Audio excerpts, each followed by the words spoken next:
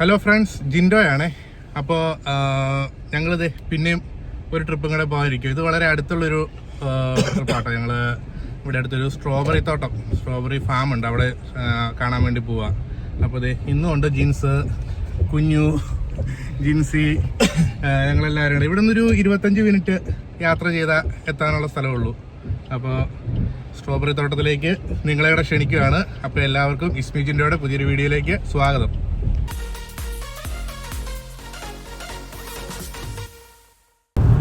ചെറിയ മഴയുള്ള ദിവസമാണ് കേട്ടോ. മൊത്തം കാർമേഘമൊക്കെ മൂടി നിൽക്കുന്ന ഒരു ദിവസമാണ്. എന്നാലും നമുക്കവിടെ ചെല്ലുമ്പോൾ നോക്കാം. അപ്പോൾ ഞങ്ങൾ ഫാമിലേക്ക് കയറും കേട്ടോ ഫ്രണ്ട്സ്.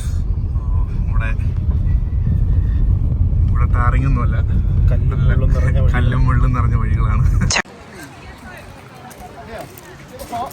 ഞങ്ങൾ ഫാമിലെത്തി കേട്ടോ. എന്താട്ടോ ഫ്രണ്ടിൽ കയറുന്നിടത്ത് നല്ല രസകരമായ ഒരു ചെറിയൊരു കവാടൊക്കെ ഉണ്ടാക്കി വെച്ചിട്ടുണ്ട്. ഇവിടെ കുട്ടികൾക്ക് ഇരുന്ന് ഫോട്ടോ എടുക്കാനുള്ള രീതിയിലുള്ള ഒരു ചെയറുണ്ട്. വലിയ നമ്മുടെ നാട്ടിൽ അപ്പാപ്പന്മാരിരിക്കണ കൂട്ടി ചെയർ, അതിൻ്റെ വലുത് ഉണ്ടാക്കി വെച്ചിരിക്കുന്നതാണ്. ഇവിടെ സ്ട്രോബെറി പറിക്കുന്നതിനൊക്കെ റേറ്റ് ഉണ്ട് കേട്ടോ.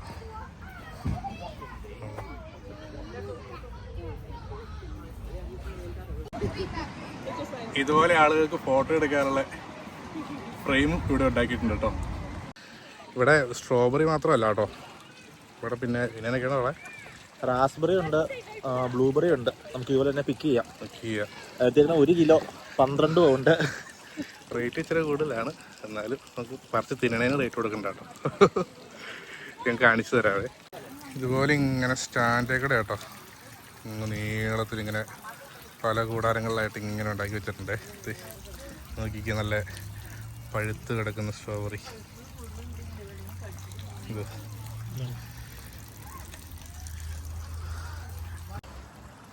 ഇവിടെ നല്ല പഴുത്ത് ഓർന്നിപ്പുണ്ടേ. നമുക്കൊന്ന് പറിച്ച് നോക്കാം.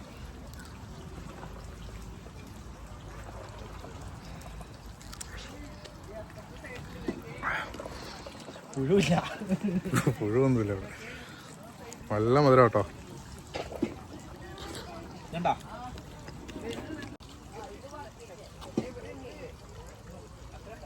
എങ്ങനെയുണ്ട്?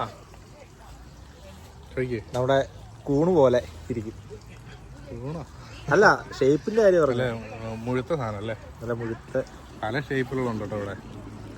നിങ്ങൾ സ്ട്രോബെറിയുടെ പച്ച കണ്ടിട്ടുണ്ടോ? എങ്ങനെയുണ്ടോ കഴിച്ചിട്ട്?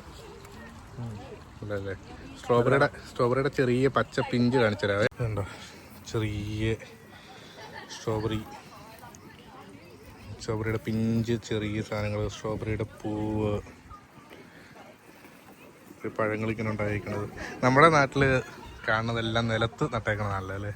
ഇത് വളരെ വ്യത്യസ്തമായിട്ട് എനിക്ക് തോന്നുന്നു. മറ്റ് പ്രാണികളൊന്നും അങ്ങനെ ആക്രമിക്കാതിരിക്കാൻ വേണ്ടിയിട്ടായിരിക്കാം ഇതുപോലെ തൂണിൽ നിർത്തിയേക്കുന്നത്.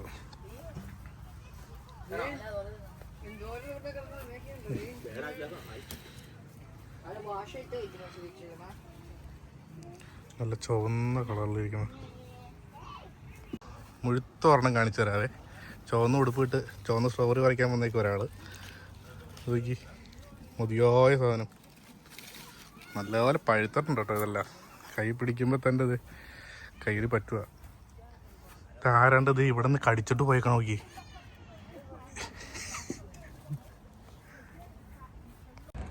അപ്പോൾ എൻ്റെ ഈ ബാക്കിൽ കാണുന്ന കൂടാരം കണ്ടോ, അതിനകത്താട്ടോ ഇത് ഈ മഴയും വെയിലൊന്നും കൊള്ളാത്ത രീതിയിൽ അവർ സെറ്റ് ചെയ്ത് വെച്ചേക്കണേ. ഇത് ബാക്കിൽ കണ്ടോ, അതെല്ലാം ഓൾറെഡി വിളവെടുത്ത് പോയതാട്ടോ. അവിടെ ഒന്നും ഇല്ല. നമുക്ക് പിന്നെ ഇവിടെ 2-3 ഇടത്തേ ഉള്ളൂ. ഇനി എൻ്റെ അപ്പുറം നമുക്ക് റാസ്ബെറി ഉണ്ടെന്ന് കേട്ടു. അപ്പോൾ നമുക്ക് അവിടെ പോയി അതും കുറച്ച് പറിച്ച് തിന്നിട്ട് പോവാം. ഇവിടെ ഇങ്ങനെ എഴുതി വെച്ചിട്ടുണ്ട് കേട്ടോ, നന്നായിട്ട് പഴുത്തതും നല്ലതും നോക്കി പറിച്ച് തിന്നണം. ആളുകളെല്ലാം ഇങ്ങനെ വന്നിട്ട് ഈ വലിച്ചു പറിച്ച് കിട്ടിട്ട് പോകും. അത് ചെയ്യാതിരിക്കാൻ വേണ്ടി എല്ലായിടത്തും എഴുതി വെച്ചിട്ടുണ്ട്. നമുക്കൊരു കൊട്ട തരും. ആ കൊട്ട എടുത്തുകൊണ്ട് പോയിട്ട് അതിൻ്റെ അകത്ത് നമുക്ക് കൊണ്ടുപോകണമെങ്കിൽ കൊണ്ടുപോകാം. അപ്പോൾ അതിന് കൊണ്ടുപോകാനുള്ളത് അവിടെ ചെന്ന് കൊടുത്തു കഴിയുമ്പോൾ അതിനുള്ളതിൻ്റെ റേറ്റ് അവർ മേടിക്കത്തുള്ളൂ. ഇങ്ങനെ നമ്മൾ റാസ്ബെറിയുടെ ഫാമിലി എത്തി കേട്ടോ. ഇവിടെ ഉണ്ടോ ഇങ്ങനെ വളരെ ചെടിയായിട്ട് പൊക്കത്തിൽ വളർന്നു തന്നെ. ഇതങ്ങ് ദൂരെ വരെ ഉണ്ട്. ഇവിടെ ഇങ്ങനെ ഉണ്ടായി നിൽക്കുന്നത് കാണാൻ. ഇത് കേട്ടോ,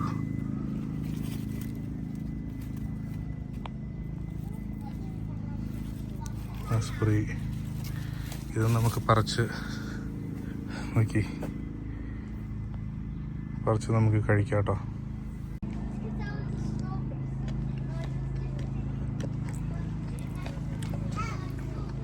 ഇതിന് വലിയ ടേസ്റ്റ് ഒന്നുമില്ല കേട്ടോ.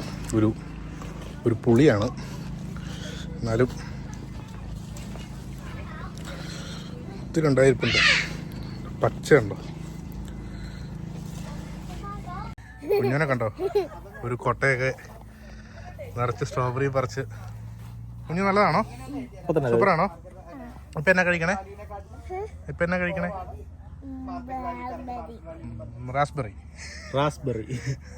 ഇത് കണ്ടോ ഫ്രണ്ട്സ്, അപ്പോൾ ഇതുപോലുള്ള ഈ പാത്തികളിലാണ് ഇവരിങ്ങനെ സ്ട്രോബെറി നട്ടു വയ്ക്കണം കേട്ടോ.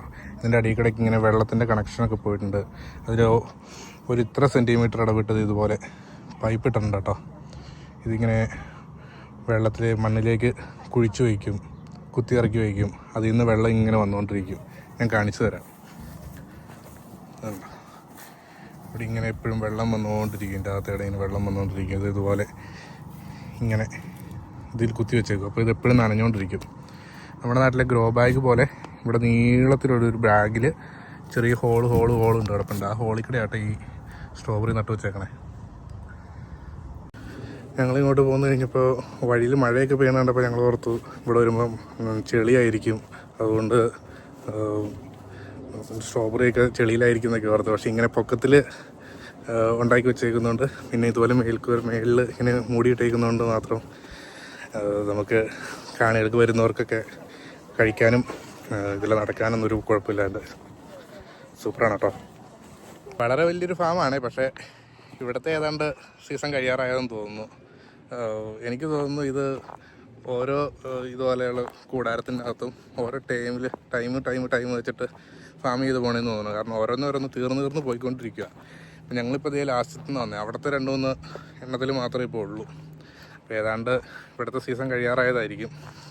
ഇവിടെ ഇപ്പം ഇത്രേ ഉള്ളൂ. ഞങ്ങളിത് ഇവിടെ നിന്ന് കണ്ടിട്ട് തിരിച്ചിറങ്ങാൻ പോവുകയാണ്. പിള്ളേർക്ക് കളിക്കാൻ വേണ്ടി നമ്മുടെ ചെറിയ ട്രാക്ടറിൻ്റെ ഷേപ്പുള്ള ചവിട്ടുന്ന സൈക്കിള് അല്ല വണ്ടിയുണ്ട് കേട്ടോ. ഇതുപോലെ ഇങ്ങനെ ചവിട്ടിക്കൊണ്ട് നടക്കാം. പിള്ളേർക്കും കുറച്ച് നേരത്തൊരു എൻജോയ്മെൻ്റ് ആവും. ഞങ്ങളത് സ്ട്രോബെറി എല്ലാം പറിച്ച് കേട്ടോ. കുഞ്ഞിൻ്റെ കയ്യിൽ ഒരു കൊട്ട സ്ട്രോബെറി ഒക്കെ ഉണ്ട്. അതെല്ലാം നിന്ന് തീർത്തതാണ്. അപ്പോൾ അതെല്ലാം പറിച്ച് ഞങ്ങൾ തിരിച്ചു പോവുകയാണ്. അപ്പോൾ എന്താ അത്? സീഷൽ. അപ്പോൾ ഇനി അടുത്തൊരു വീഡിയോയിൽ കാണുന്നത് വരെ ബൈ.